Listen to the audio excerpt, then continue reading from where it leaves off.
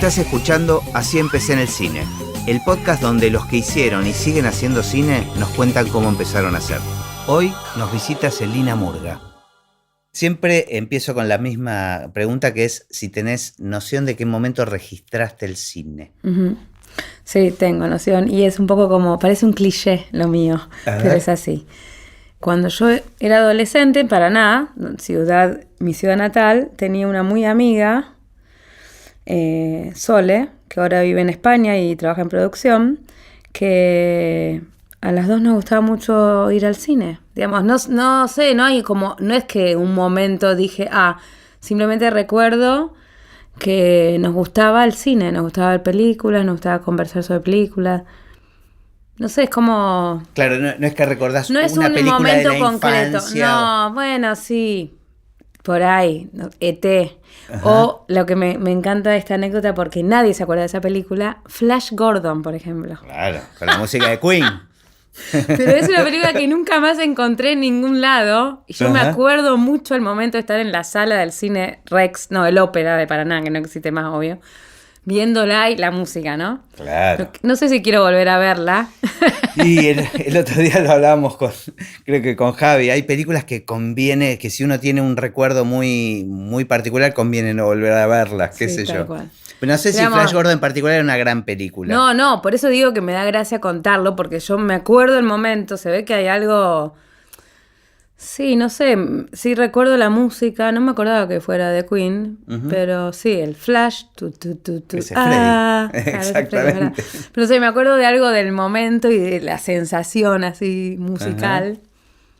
No porque fuera una gran película, bueno, después E.T., sí. Pero vos sabés que E.T. me llama la atención porque creo que la mitad de los entrevistados la mencionan. Sí. Es como una película que marcó una generación.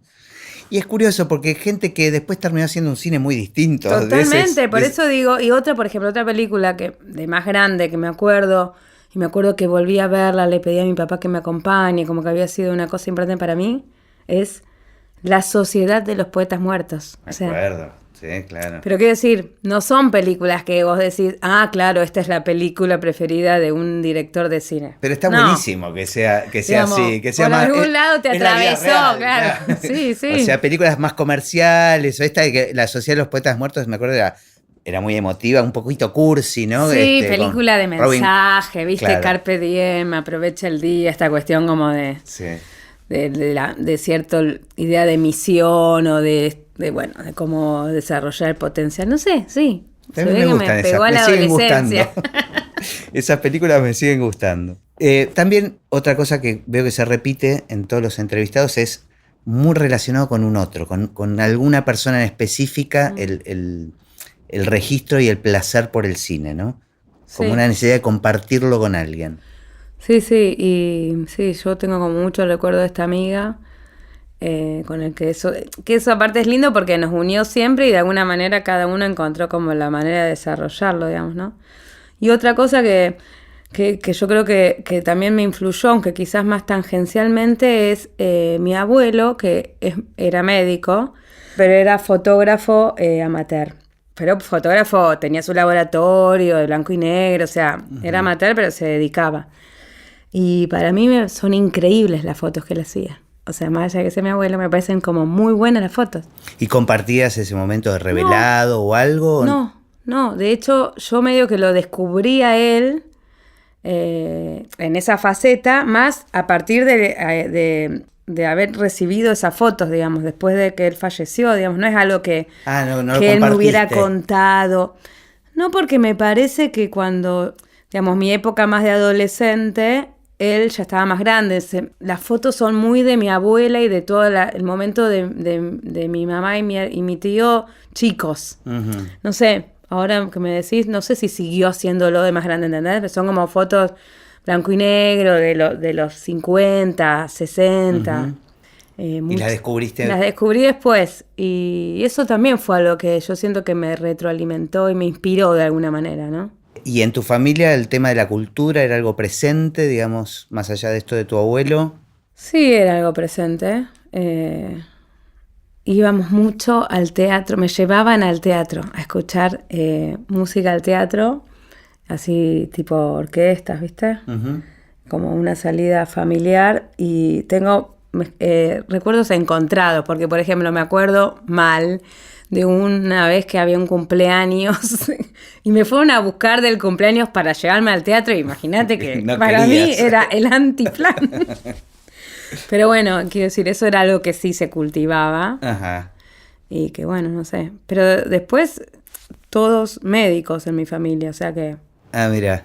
eh, ¿Y cómo aparece el interés de estudiar algo? O sea, ¿estudiaste algo de cine después? sí, cuando estábamos terminando el secundario, en el 89, 89-90, yo ya sabía que me quería ir de Paraná.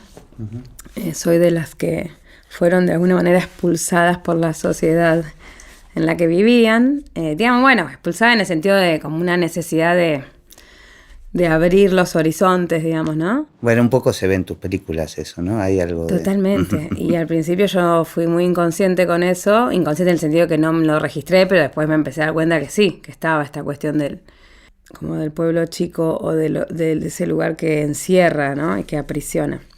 Pero la sensación de expulsión es por eso, por una necesidad de querer crecer, o sentías algún tipo de rechazo. No sé si rechazo, pero como la sensación de que lo que circulaba por ahí socialmente era como corto, digamos, ¿no? Como, no sé, yo tengo una relación muy fuerte todavía con Paraná y tengo muchos amigos allá, pero hay algo de una sociedad muy endogámica, muy, muy, muy endogámica, donde realmente el otro es igual a vos o no es. Y eso... yo intuitivamente sentía que no era así. Entonces, para mí venir a Buenos Aires fue, primero, la sensación de libertad más absoluta, porque era acá, yo puedo hacer lo que... yo acá puedo ser quien quiera ser y nadie me va a cuestionar o me va... Y a la vez, paradójicamente, contrario a todo lo que piensa la mayoría, vínculos de solidaridad que yo no encontré fácilmente o no encontraría fácilmente en Paraná.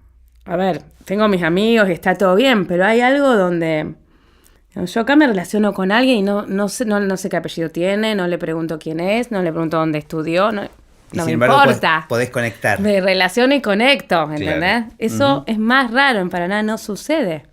Entonces, bueno, eso fue algo que a mí siempre y después de que lo pude pensar y reflexionar así como más, en ese momento era pura intuición, era necesito irme. Claro.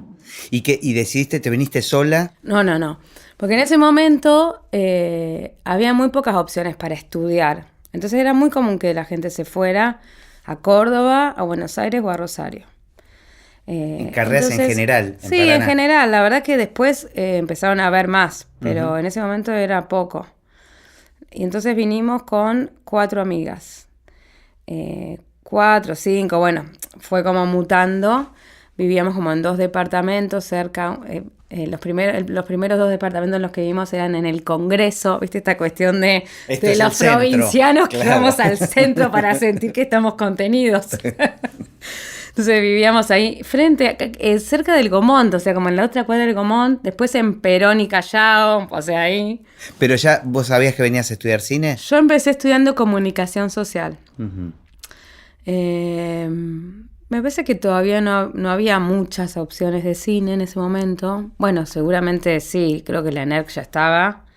Y la Avellaneda también. ¿Y una de estas amigas con las que viniste era tu compañera de cine? No, porque ella en ese momento la madre se había ido a vivir a España y ella se fue con ella. Uh-huh. Entonces empezamos a estudiar comunicación social. Al año, no sé cómo me enteré que existía la FUC, que no me acuerdo exactamente en qué año fue que empezó a existir, digamos, pero yo fui a averiguar. Y cuando entré, como que la idea del cine me seguía rondando. Había algo de esto de comunicación social, encima era en El Salvador, porque no me animé a la UBA, ¿viste? Había algo como de esta cuestión del pueblo chico que... Necesitabas más contención. Sí, la verdad que sí, en ese momento sí. Entonces me metí en la Universidad de El Salvador, que nada, fue como algo que... un error para mí, digamos, no digo que sea un error para otros, pero no... Era publicidad, periodismo, pero como que no me encontraba mucho. Y cuando entré a la FUC, fue como, acá quiero estar, digamos. Yo siempre tuve como una relación como con los espacios muy concreta, ¿viste? Como, intuitiva. Sí, intuitiva de en este lugar quiero estar. Y así fue, como hice medio año, hice las 2, como para terminar, estaba como en la mitad del segundo año de comunicación social y después ya largué y me quedé ahí en la FUC. Y ahí encontraste... Y ahí encontré, sí. Como el camino. Sí, al principio como yo tengo como una personalidad, digamos, un poco reservada, digamos, quizá ahora no tanto, pero como que no soy de esas personas que sobresalen en los lugares, digamos, cuando en lo grupal me tiendo a perderme. No buscas llamar la atención. No.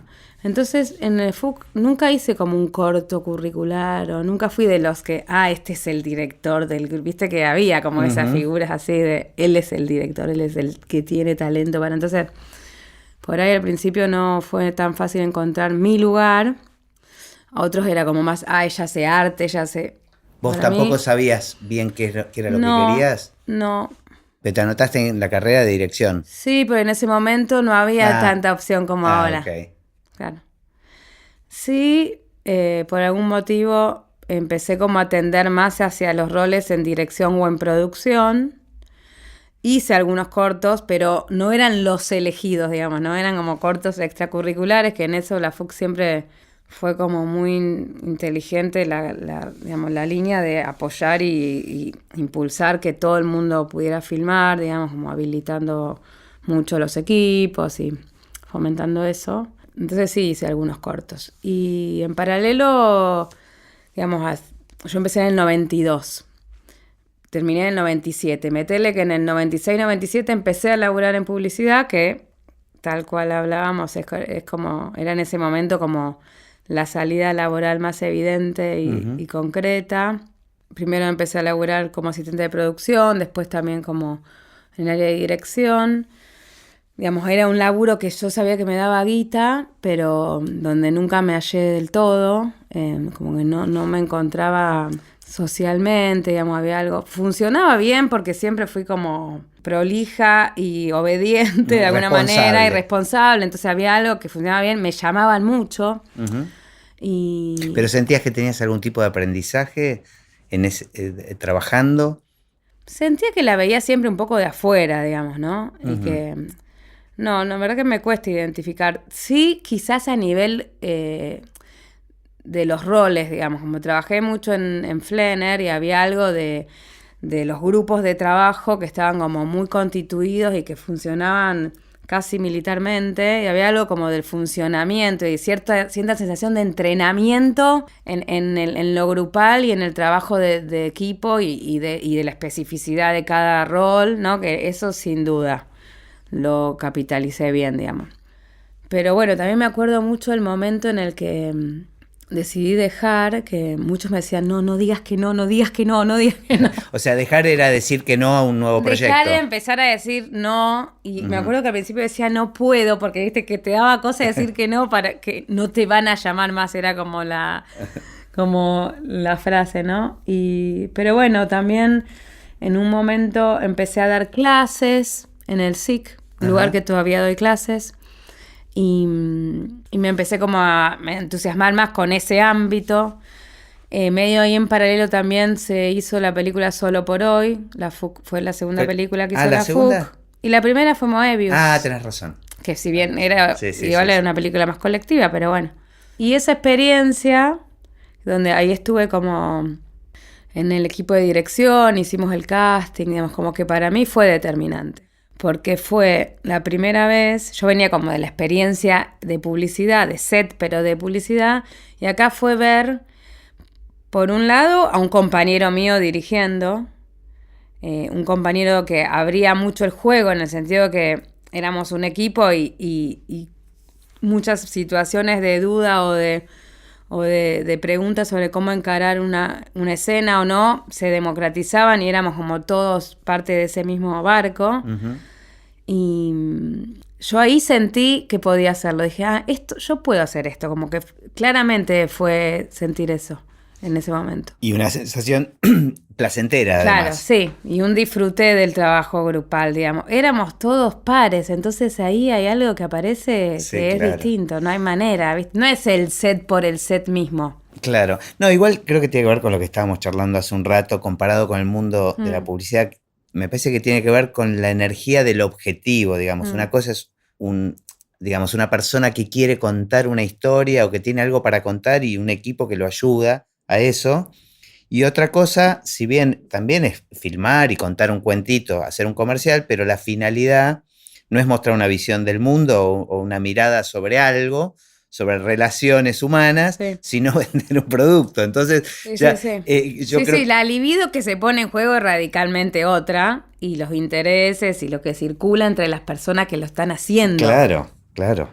Es Porque que hay de alguna otra manera finalidad. vos en una historia que te interpela, digamos, humanamente, se ponen en juego otras cosas, ¿viste? Seguro. Aunque no coincidas con esa mirada, no Sí. deja de ser una mirada sobre el mundo y es interesante estar abierto a verla o ayudar a comunicarla. Sí, tal cual. ¿Y ahí sentiste que te interesaba escribir, dirigir? Yo sentí que podía estar en el lugar del director, como lo vi a Ariel, y Ariel siempre, bueno, sigo siendo muy amiga de él, tiene esta cuestión como muy de un director que se pregunta mucho y a la vez en ese preguntarse era muy abierto. Entonces había algo de eso de estar pensando y haciendo que con el que me copé. Y de hecho, bueno, esta idea del director que todavía hoy defiendo mucho frente a mis alumnos, un poco la idea de desmistificar ese lugar del director como el lugar del saber, ¿viste? Del lugar de la persona que tiene claridad absoluta en lo que está haciendo. En realidad, para mí se parece más a alguien que está llevando adelante un barco y en realidad hay una dirección, pero no sabemos exactamente cómo vamos a llegar ahí, digamos. Que con la ayuda de todos se va... Sí, lo que sí para mí caracteriza a un director es una voluntad muy firme y una decisión. Después, todo lo demás pueden ser preguntas, ¿entendés? Es más, me parece más interesante incluso si es así. Yo los veo a mis alumnos a veces que frente a la incertidumbre o a la duda y al no saber se emparapetan, digamos, detrás de un rol de medio tirano y decir, no es por acá, no es Claro. el director el tirano que da órdenes y dice a todo el mundo lo que tiene que hacer. Es al revés, ¿no? Es al Aprovechá revés, y llenate es de claro, preguntas. cómo capitalizar la energía de cada uno y lo que cada uno tiene para aportar con su personalidad, con su particularidad, digamos, pero bueno, no sé, como que algo de eso lo vi en Ariel y me interesó. Y ni bien terminó de filmarse esa película, después empecé a escribir Ana y los otros. Ajá. En el medio se coló El Descanso, la película de Rodrigo, Andrés y Ulises, que también fue como mi segunda experiencia. Como que ahí empecé a enganchar 2 o 3 películas. Pero ahí estabas como trabajando en producción. No, en Solo por Hoy. En El Descanso estaba como segunda dirección. En Solo por Hoy hicimos como todo el casting, que eso estuvo buenísimo, un proceso que seguí disfrutando mucho en mis películas también. Y en El Descanso fue más continuidad y como el rol más del segundo de dirección con los actores y eso. Después hice como asistente de dirección la primera película de Damián Cifrón, Bajo el fondo del mar. Que era con Dolores Fonsi. Con Dolores Fonsi, Daniel Hender y Gustavo Garzón. Esa película se filmó en 2 etapas. Yo creo que había sido una decisión, no me acuerdo exactamente por qué, se había decidido desdoblar los rodajes. Hice toda la primera etapa y ya ahí yo había avanzado mucho con el guión de Ana y me acuerdo que cuando terminé ya la experiencia de ese rodaje con Damián... ¿Con Damián eras compañera en la FUC? Él iba 1 año o 2 menos que yo. Ajá. En realidad llegué ahí porque yo era muy amiga, sigo siendo, de Nathalie Cavirón, que tiene una productora que se llama Tres Planos. Ella hacía la producción de esa película. Y ya habíamos trabajado juntas. Porque también hice asistente de dirección de Sábado. Habíamos trabajado juntas ahí y ella me convoca, digamos. Damián lo conocía, pero no era yo su amiga. Bueno, cuestión que ya no terminé ese rodaje y me metí de lleno con Ana y los otros. ¿Ya habías terminado la FUC? Había terminado la FUC, sí. La FUC la terminé en el 97, 98 PTL, y esto ya era más en el 2000. De hecho, Ana y los otros fue como una experiencia muy fuerte de rodaje, porque fue... Plena crisis. O sea, fue empezar a filmar después del diciembre de 2001. Y recuerdo mucho ese momento porque era un momento donde todo el mundo me decía... no filmes, estás loca, no es el momento, digamos, como que había mucha incertidumbre alrededor, el país se caía a pedazos, obviamente. ¿Y vos la estabas haciendo con fondos del Inca? Y yo tenía, en ese momento no, viste, el sistema de subsidios era distinto, y un poco teníamos la experiencia positiva de Mundo Grúa, que había sido una película que se había hecho por fuera del Inca y que después había accedido a subsidio, era como un poco en ese momento el modelo a seguir. Okay. Entonces, yo tenía equipos de la FUC, cámara, una cámara Super 16, 16 era en ese momento esa cámara, que era una cámara que tenían Juan Villegas y Bill Nieto, que la compartían y la alquilaban, me la prestaban, a mí me la prestaban. Tenía apoyo de la provincia y la ciudad de Paraná, que nos daban alojamiento, pasajes y comida, a través de, de descargar impuestos en comercios, digamos. Y tenía plata que me prestaba mi vieja, que era básicamente para comprar las latas. Era como todo, ¿viste? Una lata más, una lata 16, menos, aparte. Una latita más, una latita menos. O sea, me acuerdo de tener anotado, tipo, cuántos metros tirar para cada toma. Claro. Ahorrando. Y así esto es como la estructura... financiera con la que se hizo la película. Obviamente no sabíamos cómo íbamos a terminar, porque en ese momento era salgamos a filmar y después vemos. Claro. Y sí, el rodaje fue un quilombo. Imagínate, cuando me preguntan cuánto costó, no puedo hacer los números porque era una mezcla entre patacones, lecops, federales, pesos y dólares. O sea, qué genial. Imposible de calcular. Pero qué genial empezar con una película en esas condiciones, ¿no? O sea, cuando uno lo puede ver. En ese momento yo no me daba cuenta, era como un impulso que lo más parecido que encontré después fue cuando parí a mis hijos, ¿viste? Como no era un tema racional, era una necesidad del cuerpo, como de sacarla, ¿viste? Y más allá de estas dificultades, ¿cómo te sentías en el rol? Decías que de movida disfrutaste también del casting. Yo estaba totalmente compenetrada y como muy... O sea, siempre fui alguien muy determinado y como con objetivos claros y muy de voy hacia allá y voy y nada se va a interponer, digamos, como que siempre tuve como una voluntad así de concretar. Y sí, la verdad que enseguida lo disfruté mucho. Hice el casting yo, digamos, como muy a pulmón, obviamente. Ajá. Y muy enfocada en esto de lo que quiero contar, que hablábamos antes, ¿no? Como una película que había surgido muy desde la entraña, digamos, ¿no? Una chica que vuelve a su ciudad después de muchos años. Y para mí era clave contar lo que me pasaba a mí en ese momento, que era este lugar como de pertenecer, pero ya no, a una sociedad, digamos, como estos cuestionamientos entre, ser parte, pero a la vez mirarlo un poco de afuera, y quién soy un poco de acá, soy un poco de allá, ¿no? Además, como viviendo la misma ficción en el momento que la estás realizando. Pero totalmente, ¿no? sí. Era como un pasaba círculo, en como el un rodaje, espejo. que pasaban cosas que pasaban en la película, Claro. en el rodaje, ¿no? Vos sabés que eso es algo que yo noto que se repite mucho, que le pasa a muchos directores, o sea, que están viviendo lo que están filmando en el momento que lo están viviendo. Sí. Como que lo anticiparon de alguna manera y después es como, no sé, una profecía autocumplida, no entiendo, pero hay algo que sucede de eso. ¿Y dónde te sentías más cómodo? O sea, ¿cómo sentías que estabas haciendo tu primer película en ese rol o ya venías, de todas estas prácticas? Era como una cosa que fluía naturalmente. No sé.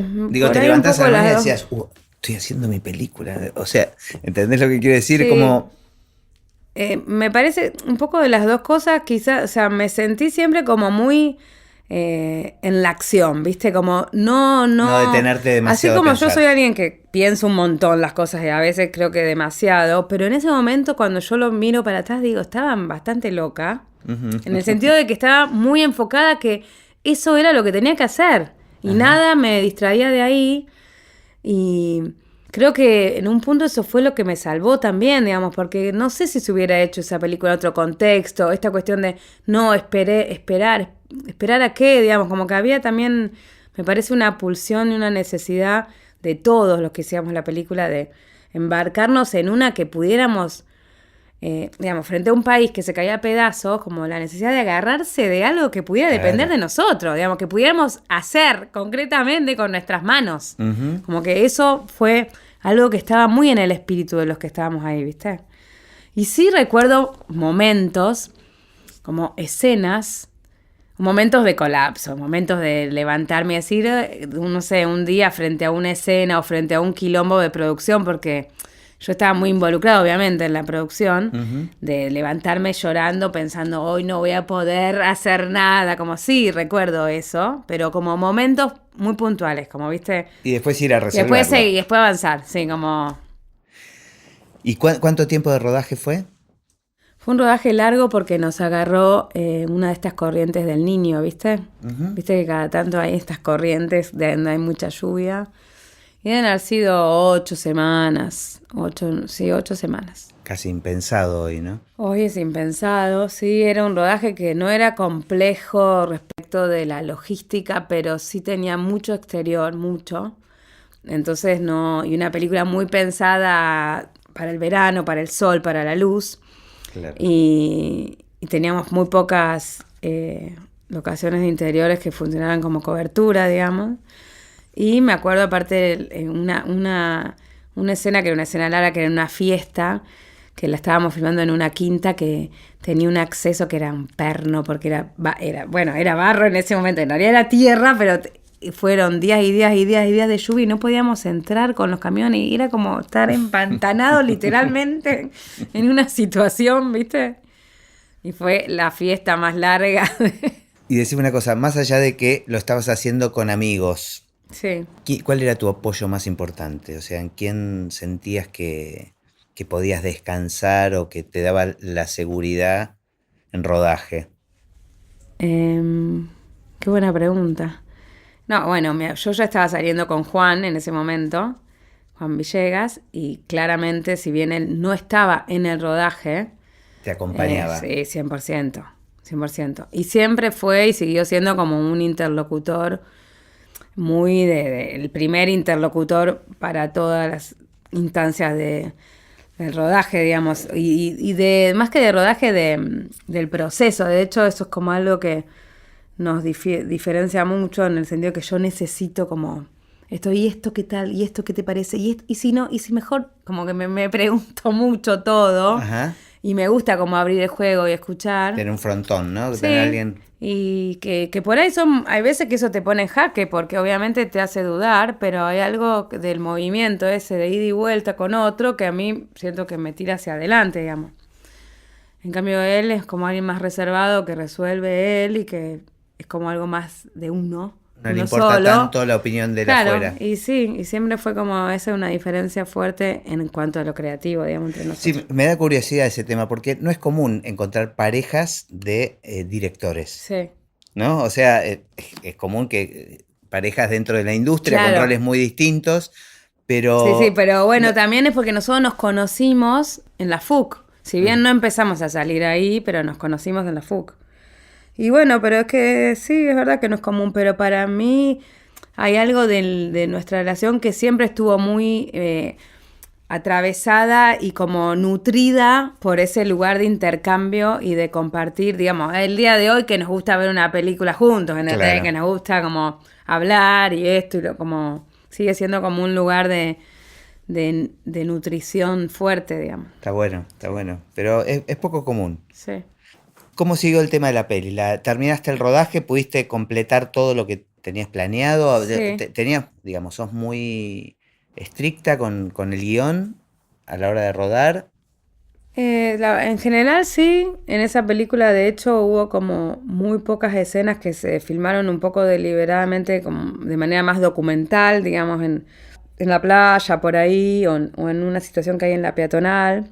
Pero siempre me gustó trabajar mucho, por ejemplo, los diálogos que se filmaban, siempre eran los diálogos del guión. O por ahí había modificaciones, pero más en los ensayos. Trabajaste con ensayos. Sí, por ejemplo, también después en Una semana solos donde había niños, sí, me importaba como escucharlos a los chicos hablando, pero siempre antes, digamos, como no es algo que me guste dejar librado al momento del rodaje, porque si bien entiendo que en el rodaje pueden pasar cosas inesperadas y me interesa tomarlo, pero hay algo como del trabajo más específico, de la estructura, digamos, de la escena, de alguna manera que me gusta como que exista previamente. También la puesta de cámaras, esas cosas, Sí. te gusta tenerlas planificadas, ¿no? Sí. No cambiar en el momento. Que también creo que si uno planifica y tiene como una base de trabajo clara, y después llegás y aparece algo nuevo, es más fácil de incorporar eso nuevo Está buenísimo, a claro. partir de un trabajo previo. Claro. Entonces, por ejemplo, para mí el scouting es clave.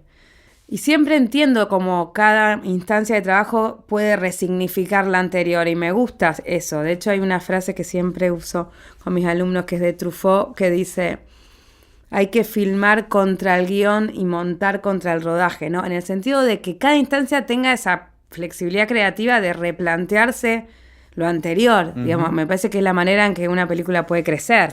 Pero eso anterior tiene que tener una base firme. Sí, ¿viste? sí, está bueno, ¿no? Y no quedarse atrapado en eso. Exacto, o sea, Claro. tener la preparación y la flexibilidad, digamos, Exacto. después para lo que surja. Tal cual.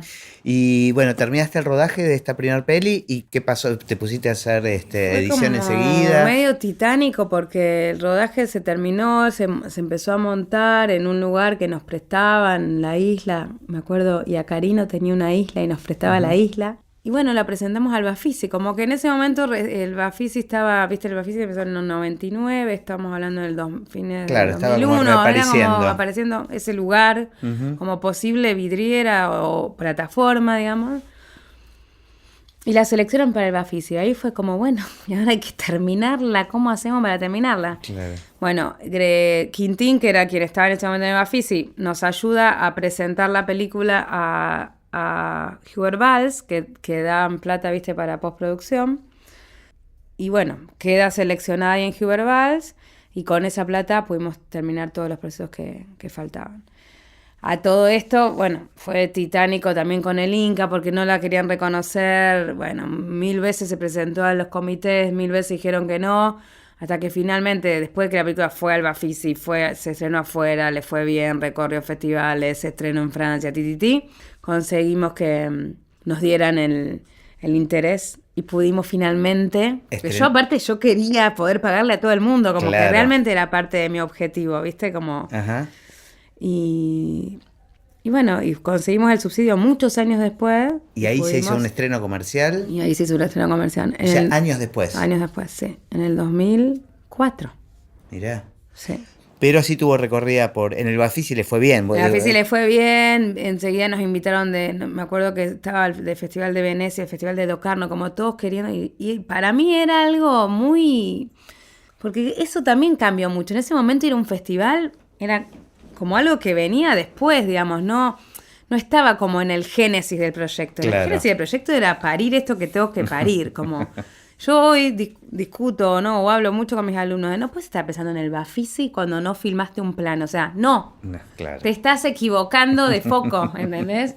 Porque es como si un escritor antes de escribir estuviera pensando quién le va a editar el libro. Claro. No. Es muy difícil que la energía salga bien si estás pensando en eso. Es como otra cosa, ¿no? Y eso yo creo que para nosotros era más fácil porque no estaba ese camino tan evidente como es hoy, que parece que, que está marcado, ¿viste? Claro. Y entonces todo te sorprendía. Todo era una cosa increíble, era como wow, ¿entendés? Claro, además era viajar, como buenísimo. ¿No? Todo era sorpresa y todo era beneficio porque... ya la película había cumplido ya al haberse hecho, ¿entendés? ¿Y qué te pasaba en los festivales con la exhibición de la película y esta cuestión de las preguntas y respuestas que hay con el público, que es, digamos, es una experiencia nueva para un operaprimista, sí. Someterse a eso? Sí, me recuerdo como algo que siempre me pasó como frente a esas situaciones así de más exposición, como me pasa incluso todavía hoy, quizás menos, pero... como mucho nervio previo, Pero después hay algo del momento, cuando se genera como el momento y ya estoy ahí, ya está. Como los actores en el sí, escenario, bueno, ¿no? medio que sí, claro, es verdad. Como que cuando estás ahí y hay algo que fluye y va y viene y como que me entrego al momento y era muy alucinante poder hablar con gente de lugares súper disímiles y recibir comentarios como vos me contabas antes con el podcast, ¿no? Yo me acuerdo una festival en Tromsø. ¿Dónde es eso? Tromsø es en Noruega, es un festival que transcurre todo de noche porque se hace en una época del año donde solo es noche. Uh-huh. Yo no me acuerdo por qué no pude ir, no me acuerdo, obviamente me arrepentí toda la vida de conocer un lugar así, pero me acuerdo de haber recibido mails después del festival de alguien que vio la película que me decía: gracias por haber traído el sol a Tromsø. O sea, imagínate esa película en un lugar donde no hay luz. Claro. También como dije, wow, esto es Qué increíble. Linda. ¿Y qué pasó después con el estreno comercial de la peli? Y en el estreno comercial pasó algo que creo que no es muy, muy raro que pase ya a esta altura. Me acuerdo que se estrenó, como te diga, en 4 salas, me estrenó como muy acotado, y terminamos agregando salas porque había ido muy bien y se decidió agregar. Algo que uno hoy pediría por favor que pase y que es difícil, ¿viste? Pero está muy en línea en lo que decís que les aclarás todo el tiempo a tus alumnos. No esperar tanto, dejar hacer y poder sorprenderse con lo que venga, ¿no? Sí, o sí. sea, sí, enfocarse y el cine en el funciona muy así. trabajo. Con las expectativas son fundamentales, ¿no? Sí. Como que no tenerlas tal vez. Sí, que tu energía y tu foco esté puesto en el trabajo del día a día, Sí. digamos, ¿no? De realmente hacer la mejor película que puedo hoy, digamos, ¿no? Pero yo creo que para ellos es muy difícil, para las generaciones, porque hay algo de las redes sociales y de algo que está tan estallado en el afuera y tan como que la vida pasa afuera, ¿viste? Sí, Entonces sí. es muy difícil ese lugar más íntimo y más reconcentrado sobre lo concreto, no sé. Es todo un desafío, me parece que realmente es distinto. Bueno, pero sentiste que fue un punto muy importante Sí, esta claramente, película. sí, sin duda. Hay un antes y un después de esa película para mí, sin duda. Y si tendrías que elegir algún otro, digamos, punto de giro en tu carrera, en tu vida. Bueno, lo más obvio quizás, o más evidente que se me viene, es el momento de la beca Rolex, como mi relación con Scorsese, digamos que de alguna manera fue algo como que me abrió a todo un escenario y un desarrollo que seguramente no hubiera sido así si no hubiera sido por esa beca. Pero vos decís, evidente por el impacto que tiene el nombre de Scorsese, Sí. o por lo que produjo realmente en vos, o tal vez no fue tanto. Es un poco y un poco. Yo creo que igual el impacto es mayor a lo concreto. Bien. Eso es real. Pero bueno, no deja de ser un impacto real. Porque, digamos, yo no siento que me haya transformado tanto. Por ejemplo, muchas veces me preguntan, ¿y qué aprendiste? No sé, es como decir, es muy difícil. No es que aprendí una técnica o aprendí una cosa específica. En realidad fue más una experiencia, que fue alucinante como experiencia. Como de golpe estar traspolada a un set y a una manera de trabajar que no tiene nada que ver con nosotros en Argentina o conmigo en particular.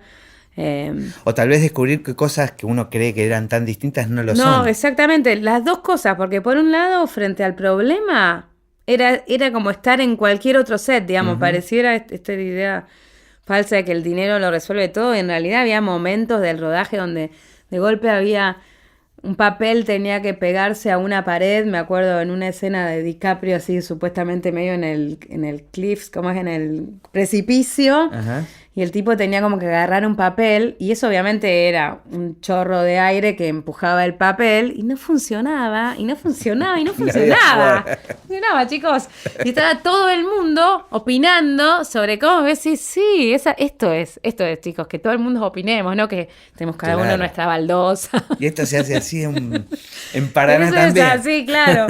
O no sé. Y a la vez, bueno, también ver la cosa tan loca de que con el presupuesto que ellos, viste que ellos tienen un lugar de catering que es como la comida y otra cosa que ahora no me acuerdo cómo se llama, pero que es como tipo snacks, ¿no? Y son como 2 presupuestos diferentes. Vos decís, yo con la plata de esto... Del snack te hago... Ya te hago la película. Te vivo un año. Ya te hago la película entera, ¿entendés? Como esto también era loco. O la cuestión de los trailers. Y mucho también algo que... El tema de filmar en estudio, que para mí es un embole atómico, digamos, como que yo necesito como estar en la realidad. No sé, hay algo del rodaje que siento que me permite estar en lugares que yo, Celina, no estaría naturalmente. O relacionarme con gente con quien por ahí no me relacionaría naturalmente, digamos. No sé, por eso me gusta trabajar con actores, por eso me gusta como ir a filmar a lugares que no sean como mi ámbito más directo, digamos, como... Y en ese sentido, filmar en un set es como estar en una oficina, ¿viste? Claro. Bueno, pero era novedoso, digamos, sí, ¿no? Sí. Pero imagínate que a la 10ª toma yo ya decía, basta, si no estás haciendo nada diferente. Claro. Pero bueno, entiendo que es otra cosa y que también es parte, ¿no?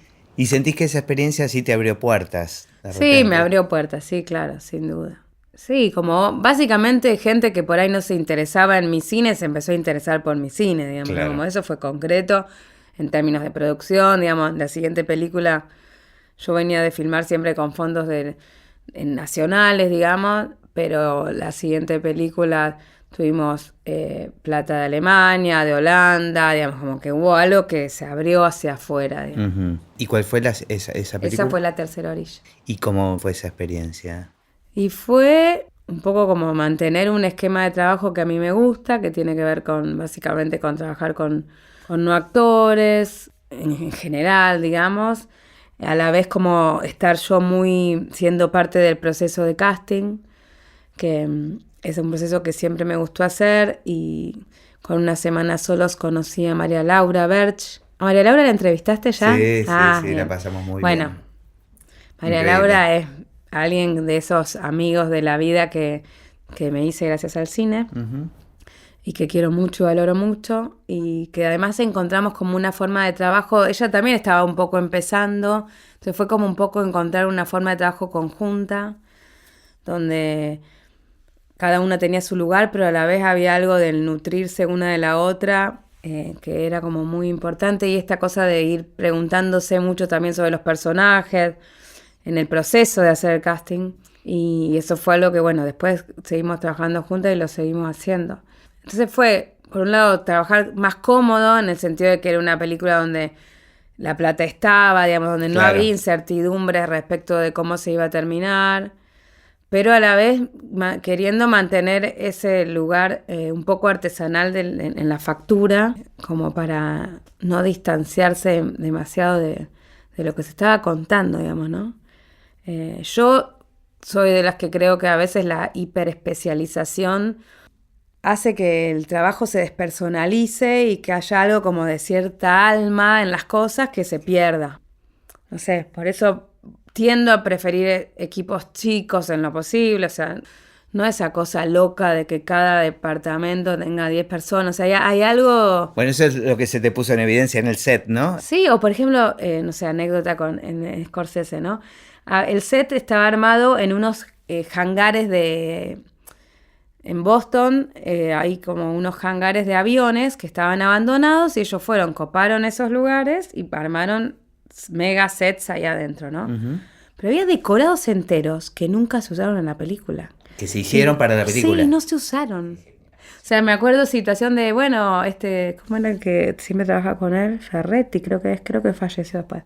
Vení, Marti, te muestro tal decorado para tal escena. Ver decorados Ajá. en el espacio, digamos, que nunca se usaron, ¿entendés? Y se armaron, es como decir... Y él que decía, sí, está buenísimo, no, pero... sí, los veía, Sí. porque, digamos, existía la escena que supuestamente se iba a filmar ahí, pero Después se después descartaba. se descartaba. Claro. Ahora, a lo largo de la charla te sentí hablando mucho de la preproducción. Sí, O sea, sobre todo mencionaste muchas veces el tema del casting. del casting. Bueno, y hablaste de procesos del rodaje también. ¿Qué te pasa con la postproducción? ¿Qué relación tenés? ¿Qué es lo que me atañe más a mí? Difícil, no. Es que es re loco porque yo, esto que te decía de lo material, ¿no? Como para mí hay algo de la previa, ya sea del casting o del scouting, como de la película empieza a materializarse. Claro, y tiene esa magia, y me ¿no? estimula mucho el hecho de ir a un lugar y decir, y que se me ocurra algo que no se me había ocurrido antes. Hay algo de eso que me estimula mucho, por eso le doy como tanta bola. Después viene en montaje la etapa del bajón, ¿no? Ajá. En el Decís, sentido de esto que... es una mierda. Y que como que cuesta llegar a esa síntesis que después va a hacer la película, en el sentido de que es el momento donde uno empieza a darse cuenta que hay cosas que piensa que están y que no están, ¿no? Entonces, para mí es clave como quién es tu interlocutor en ese momento. Yo trabajé bastante con Eliane Katz, una montajista, que para mí es una grosa, tiene como una manera de... Además de que es muy buena en su trabajo, también es muy buena como compañera de esa etapa. Alguien que puede decir sin dudas todo lo que piensa, pero a la vez también sabe cómo respetar los tiempos del otro, porque es un tema, a veces es un tema de tiempo. Absolutamente, lo vivo a diario. Y eso, el cómo decirlo también y cómo dejar que el otro lo procese. Exacto, sí, sí. Y quizás una de las grandes ventajas de tener mi propia productora con Juan es que siempre pude, a veces con más esfuerzo o con menos, dedicarle mucho tiempo a la postproducción, que es algo que en realidad cualquier productor te echa flea. Claro. Pero nosotros, como también los dos somos directores, hay algo de respetar ese espacio, que por lo menos hasta ahora lo venimos logrando, digamos. Y me gusta mucho trabajar dejando tiempo, por ejemplo, no sé, no me acuerdo exactamente las semanas, ¿no? Pero metele que con Elian trabajábamos primero 1 mes y medio de corrido, todos los días. Después empezábamos a espaciar y nos encontrábamos, no sé, 1 vez a la semana, veíamos la película, hacíamos cambios, nos íbamos a casa. Respiraban. Sí, porque te pasará, hay un momento donde la tenés tan cerca que no ves imposible. nada. Sí. Entonces, esos momentos donde tu mente se pone en otro lado, hace que cuando la vuelvas a ver, de golpe aparecen cosas que antes no podías ver. Y entonces me gusta mucho esa etapa. Más allá de que, como te decía antes, también es un momento de crisis en el sentido de que, de darse cuenta que hay cosas que uno pensó que iban a estar y que no se lograron, y también descubrir, qué cosas sí están, ¿no? Como un poco reinventar la película en función de lo que sí está. Y despegarse de esa escena, de ese plano, de esa idea que tanto te gustaba. O eso que funcionó en el rodaje y todos se rieron y que después... Y de golpe no funcionó, no. En el montaje no funciona, o no hace falta, o no suma, o dilata, o lo que sea. Y para mí, por ejemplo, llegar a la etapa de sonido, ahí ya la fiesta vuelve la primavera. Ok. Como que el invierno es el montaje. Okay. Porque es el momento donde uno se enfrenta con el material concretamente. También me gusta, y en general lo he logrado hacer, como que haya, los sonidistas a veces no me quieren por esto, pero algún mínimo instancia de diálogo entre el sonido, entre el armado de sonido y el montaje, ¿no? Como un mínimo de intercambio posible donde, capaz que con sonido este plano necesita un poco más o un poco menos, como... Que siempre sé que es medio crítico porque, después... Hay que rearmar, hay que reacomodar. Sí. No, pero yo creo que está buena la comunicación entre postproducción de sonido y montaje. O sea, me parece que en ese proceso está bueno. Y muchas veces es lo que decías de estos tiempos que uno se puede tomar para respirar, para tomar distancia. En el esquema de ahora es muy difícil. Es muy difícil porque hay que cumplir con tiempos para tener la plata. Entonces se pierde... Sí, totalmente. Una montajista que entrevisté en Rosario, sí, que hablaba de la estufita, de una peli que hicieron con Paula Hernández, y era eso, el momento de ir a la estufita para pensar, claro, para respirar, ¿no? Y es como que ella decía y se quejaba y decía, ya no hay tiempo, si no puedo vivir de esto. Claro. No me puedo dar el lujo de tener horas perdidas en la estufita. Claro. Sí, es un tema. Y eso también es un tema. Si vos estás trabajando para un festival, esto que te decíamos, ¿no? Llegar a tal lado.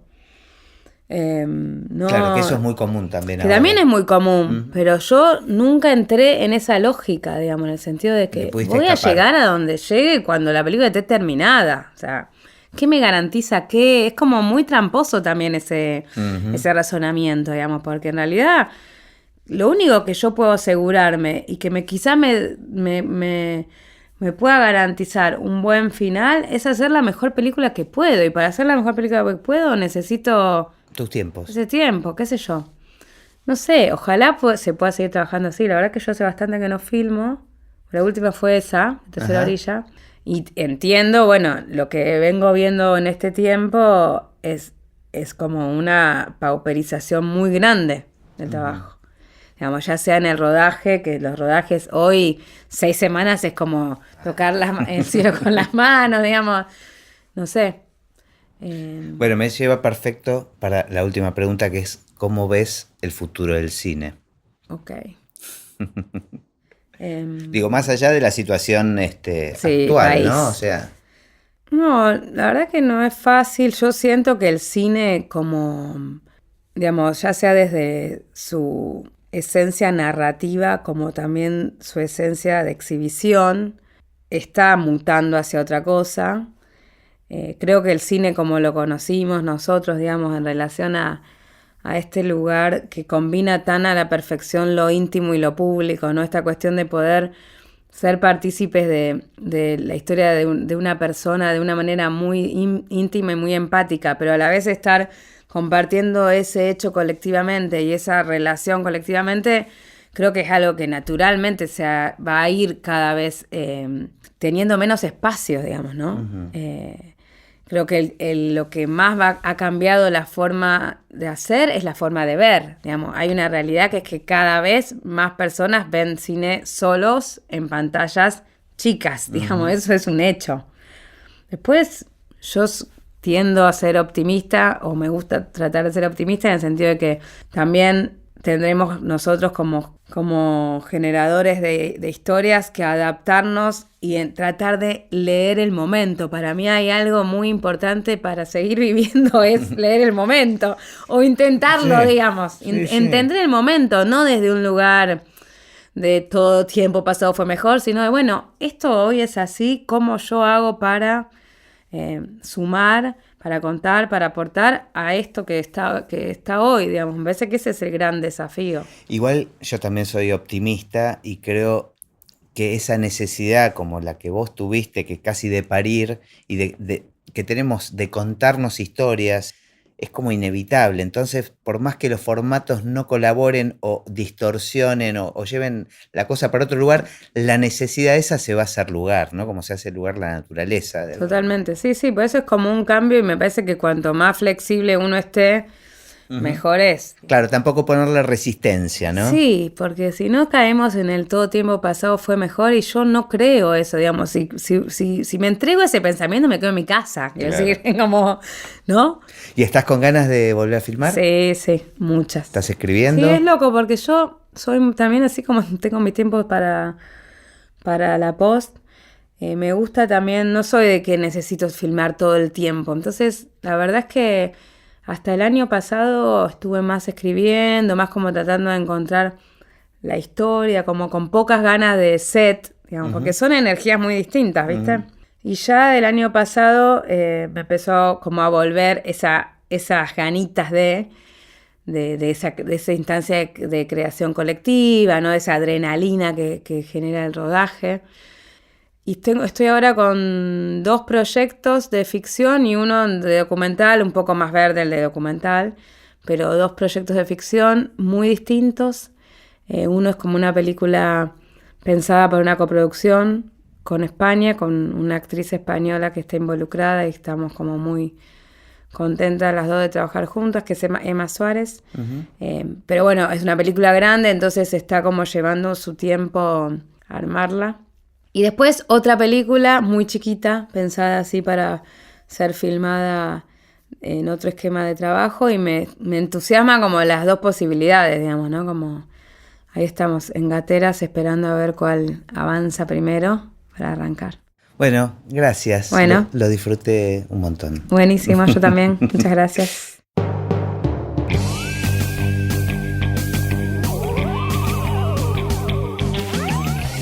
Y Y así terminó esta conversación de Así empecé en el cine. Mi nombre es Gustavo Pomeranek y espero que la hayan disfrutado al menos un poco de todo lo que disfruté yo.